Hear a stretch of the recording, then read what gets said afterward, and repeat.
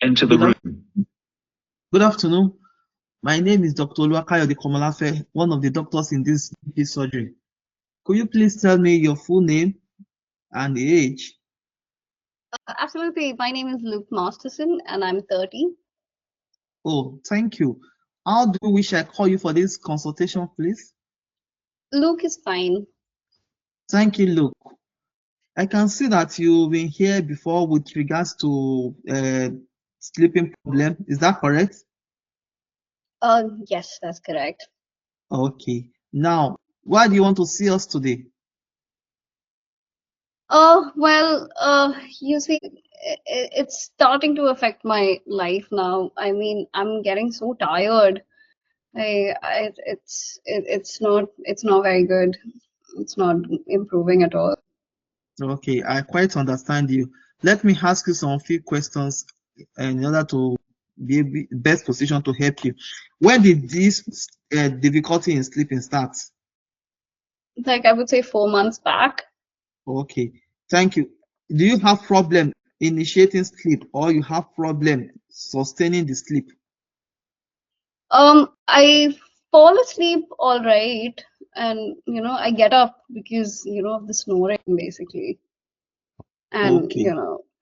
I get up gasping for air. Okay. And do you think this problem of sleeping is beginning to affect your work, right? It's beginning to I affect your mean, day-to-day activities. you see, doctor, I am a taxi driver, and I'm embarrassed to say that one of these days I actually fell asleep on the wheel, and I don't know, it might actually cause more of a problem than just the sleep. Okay, I understand you. I will need to ask you some other questions. Do you think that you feel cold when other people feel normal? No, not something like that. Okay. Any changes in your mood? No, nothing like that. Okay. I understand you. Well, and do you notice you are losing weight or any changes in your weight? Not that I've noticed. No. Okay. Thank you. I'll quickly ask you some few questions about your general state of health. Is that comfortable with you? Sure, doctor. Thank you. Have you been diagnosed with high blood pressure or any long-term conditions before? No, not really. Are you taking any medication, even if it is over-the-counter medication? No, doctor. Do you know whether you have any allergy to any food or medication? No, doctor. Okay. Is anyone in your family having problem with sleep disorders? No, not that I know of.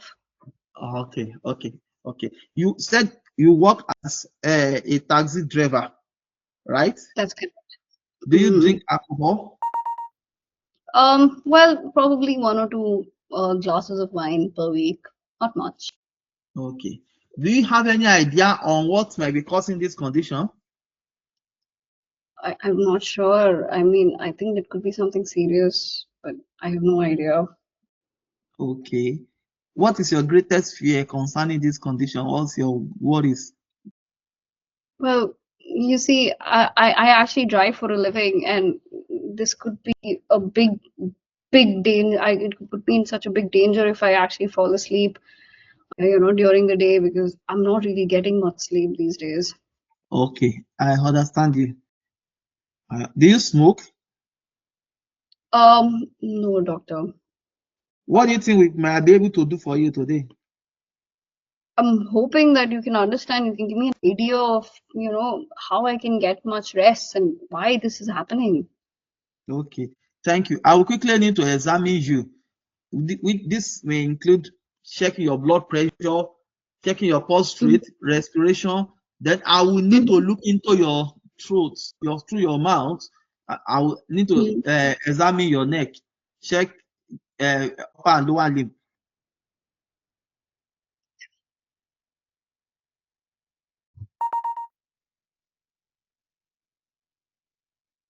Thank you, Luke. From what you said, And from the outcome of this examination, I think you have a condition called obstructive sleep apnea. Do you know what this means? No, not really. Yes, it's a condition in which certain structures in the throat become big enough such that they interfere with the way you breathe when you are sleeping. As a result of that, you don't enjoy quality sleep. Okay. What can you do about that? Thank you. Number one thing is that you need to cut down the consumption of alcohol. That is one. Then I want you to start exercise. You need to do graded exercise at least 30 minutes per day for about 5 days in a week. This will help you to reduce the weight. 2 minutes remaining. Okay. And Okay, it will also promote quality sleep. Do you understand? Okay. Then I will also recommend what we call sleep hygiene. Have you heard that before? No, not really. What is that, doctor?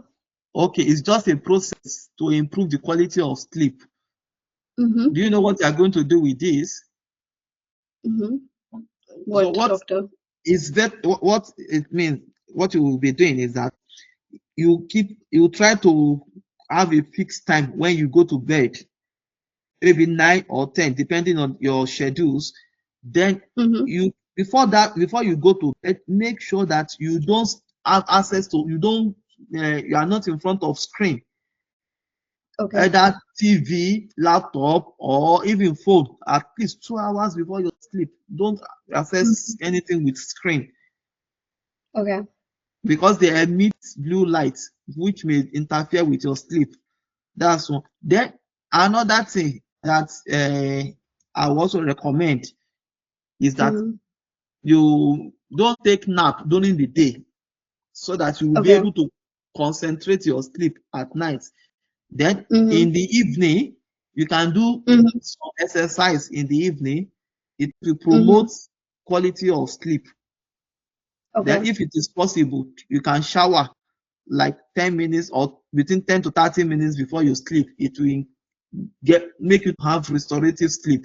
Then finally, if this does not work, then I'm going to refer you to specialists on sleep. Do you understand? Then I'm going to give you a pamphlet where you can read more about obstructive sleep apnea. I'm going to give you follow-up in 2 weeks' time to review your case. On to the next station. All right, Dr. K. Obstructive sleep apnea. I'm going to give you follow-up in 2 weeks' time to review your case. On to the next station. All right, Dr. K. Thank you so much. How do you think the station went?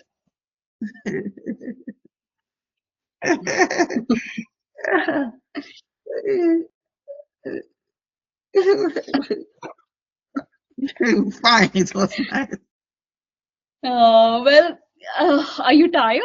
I know it's a little intense, right? Not tired. But it's okay. We are having a break coming up after this. So, yes. You're actually a did you good teacher. realize you didn't let me talk at all in management? Like, there's nothing that I said for the last 3 minutes. I You always didn't ask ask me you, anything. is that okay? I asked question, you didn't say anything. That's not really asking anything. Like, you're just saying that I'll give you this. Is that fine? All right. You need to ask in a way where what is the main? Okay, fine. So you took a history. What do you think is the main major problem in this patient? Did you asked me that The DVLA song. Exactly. Thank you. Oh. That's the main thing. Because The I patient is told not you that concerned about his work. I did say that. I said that I told you that I was falling asleep during the wheel, and I think this could be more of a problem than just the sleep. That's the concern that I said. You never mentioned anything about DVLA. You didn't tell me anything about. I did mention you multiple times that I I fell was just, asleep on the wheel. And then when you asked me concern, also I told you that this could be more of a concern than just the sleep disturbance. You never even got to that point. oh, for me. It's all right. I know. Trust me, when you comes to this is the 10th station, so I can understand you might be tired, and you have to keep yourself sharp. That's the main thing. No, oh God. So one more thing I noticed was, so you actually spoke a lot about sleep hygiene. Do you think actually sleep hygiene helps in obstructive sleep apnea? No, I said that as preliminary issue, that if after 2 weeks there's no improvement, that we are going to refer the person to a specialist. No. I'm talking about sleep hygiene, where you went into a lot of detail about sleep hygiene, where taking a shower before sleep, and don't nap during the daytime. But if you think about it, that's not going to help him. It's an organic cause, right? Like there's an obstruction in his breathing. That's what is causing him to not sleep. So it's not because he's not able to fall asleep. If it's the fact that he's not able to fall asleep, then sleep hygiene will help, right? So this is much more serious cause. So you have to talk more about actual management. So you didn't mention CPAP, you didn't mention sleep study. You need to confirm it's OSA or not first. So one thing that you have to understand is OSA is very dangerous. It's not insomnia, right? Its symptom is insomnia, but the diagnosis is not insomnia. It's an organic condition causing that insomnia. That's very important. Keep that in mind. So OSA, think about driving and think about the fact that it's something that needs to be treated immediately. It's not something that you can tell them, go try this and come back. Right. I also wanted to bring that point up. You were talking extensively about sleep hygiene. That's why I told you didn't give me an opportunity to say anything apart from the fact I'll give you this, I'll give you this. I can only say yes. All right, if you're giving it to me, all right, good. I think that's the treatment myself because I don't know what the treatment is, right? So you need to, that's the management, you never really hit the management point because it was never the sleep initiation. You told me, do you have a problem going to sleep? I say, I go to sleep just fine, but I get up so many times because, I'm gasping for air. Like, what are you doing for that? You never mention what you're doing for that. And again, sleep apnea is something that needs to be confirmed. So you need to do a sleep study. So refer to a specialist. I think this is related to sleep apnea, which we'll have to confirm by doing some further test called sleep study, for which I'll be referring you to a specialist. Usually the respiratory doctor does these studies. And after that, the management for sleep apnea is actually CPAP. All right. What really happens is certain muscles in the throat, like you mentioned, they relax. Right. So even if I am going to sleep properly on time, I will still end up snoring and gasping for air. So I will not be getting the sleep that I needed. Right. I will still be falling asleep on the wheels, which is pretty dangerous at this point. So the management over here, there were a lot of management points. So the first management point would be to confirm the sleep apnea, number one. Number two would be to give CPAP, which would help you to go to sleep throughout the night. Number three, one of the other causes for OSA is overweight, which you mentioned, like do exercise. I'm going to give you exercise, graded exercise. So even though overweight wasn't one of the things, but you can also say that OSA is sometimes caused as a side effect of being overweight. So I would definitely say that do exercise. That will actually improve your sleep apnea. And then the next thing that you need to understand is that this is not only is it a problem for him, it is a problem for the community because he's a taxi driver. This is his job to be driving. You need to tell him to inform the DVLA. If you had gotten into that point, I would have been like, what am I going to do for my life? What am I going to do for my living? Then your management would be, I would get you in touch with the social services and they would find you an alternate job. It's okay. Don't worry about it. We're all learning. I mean, this is actually this case has actually been coming a lot in the last few days. Yeah, very frequent. Yeah. So understand that OSA basically is not an initiation problem. It's not a sleep initiation problem. It's actually getting up in between, right? So you need to do something for that. First of all, you have to confirm it. And also you can say that I will give you some sleep hygiene measures just so that, you can sleep on time. But that's not really the problem. In case of insomnia, this is actually the management that you can discuss in great detail. But that's what you weren't giving me an opportunity to talk. Like management happened, just you saying a couple of management points and you're like, is it okay with you? I'm like, yeah, sure. Like I had nothing to say about it. And definitely the DVLA. You caught on very well. The thing is that you know everything. You actually know what are the main points. It's just that it has to come only in those 8 minutes. So yes, let's look at the examiner's checklist quickly. All right, so I guess data gathering was pretty spot on. You managed to ask all the good questions. You asked about the full name, your current visit, how is your sleep? Is it a problem with the initiation of sleep? And I said, no, it is actually, in between I get up and inquire about the symptoms. Actually, you could have asked a little bit more about the symptoms, about snoring. Are you sleeping during the daytime? So when you would ask me about that, I could have offered you the information that I fall asleep during work itself when I'm driving. And, risk factors like smoking, alcohol, this was very well asked. Impact on life, how is it affecting your work? Because this was mainly the problem. He actually came in because it's affecting his work again. It's right now it's gotten worse, that it's affecting his work now. And explore patients' idea, concerns, and expectations. You asked me that, but you never gave me the management for it.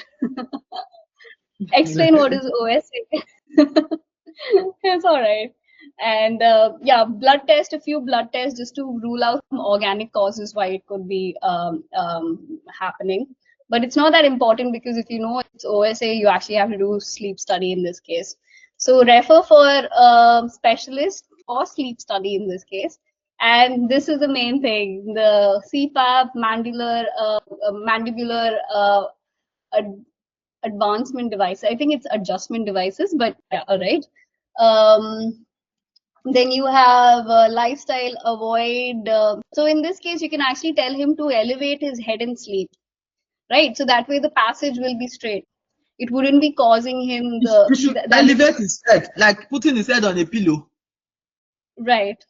You can say that, but make sure it doesn't get flexed. So it's basically elevate in a way where so the point is if it gets flexed, then there is more chances of the obstruction to be happening, right? So you need to elevate the entire body, like elevate the head end and sleep. So the bed entirely needs to be elevated. It's not just a pillow. So if you just put a pillow, that will flex your neck. That will actually increase the problem. Instead of that, you have to the head end of the bed needs to be elevated. So under the bed, at the legs, you'll have to put something so that the elevation comes. And if they are actually sleeping with more pillows, you have to even tell them to reduce the number of pillows, so that the flexion of the neck doesn't happen in this case. And then get in touch with social services to help with an alternative occupation until the condition improves. Then OSA, you have to tell the DVLA. You gave leaflets, pamphlets, so that's why you're getting marks. If you see, even if you don't, give you the management, you're still giving him leaflets and pamphlets. And you should have arranged a follow-up. So if you had done that, you would have gotten a little bit more marks. But that's all right. And OSA, what would be the safety netting? Safety netting if it's getting worse at night. I mean, if your condition is worsening. So one thing for safety netting you can say is you can say a very common line saying that if you see that your condition is getting worse and you can't cope with it, please come back to us so that we can offer you some help immediately. Right, that way also you can actually say safety netting in a way. Right, so safety netting also you could have done. But all right, I guess interpersonal skill got a hit because you didn't manage to, avoid the community problem. This is something that, you know, he could actually end up having accidents because of falling asleep on the wheel. So, but that's all right. But yeah, we live and learn. All right, Dr. K. So we have finished 10 stations right now. So we'll take a break and we'll be back in 15 minutes. How does that sound? Very good. Please like and subscribe to TuringMedSchool. Good luck with your preparation.